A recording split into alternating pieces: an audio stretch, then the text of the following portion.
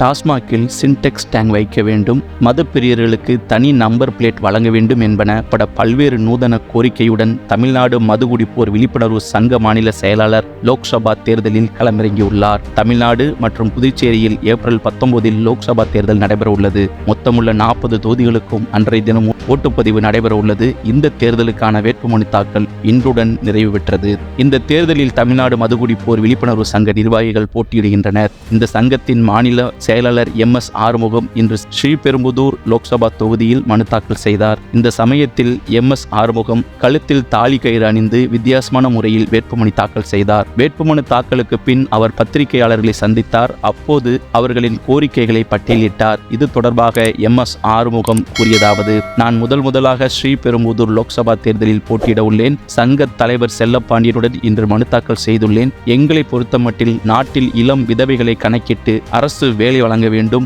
India முழுவதும் கடல் நீரில்தான் மதுபானம் தயாரிக்க வேண்டும். மேலும் அனைத்து டாஸ்மாக் கடைகளிலும் 10க்கு 20க்கு தண்ணீர் விற்பனை செய்கின்றனர். இதனை மாற்ற வேண்டும். மதுப்பிரியர்கள் பாதிக்கப்படாத வகையில் செலவை குறைக்கும் நோக்கத்தில் டாஸ்மாகில் சின்டெக்ஸ் டேங்கில் குடிநீர் வைக்க வேண்டும். மேலும் அரசு வேலையில் முன்னுரிமை வழங்க வேண்டும். மதுப்பிரியர்களுக்கு தனியாக நம்பர் பிளேட் வேண்டும். நாங்கள் டாஸ்மாகில் செக்காக வழங்காமல் பணமாக வழங்குகிறோம்.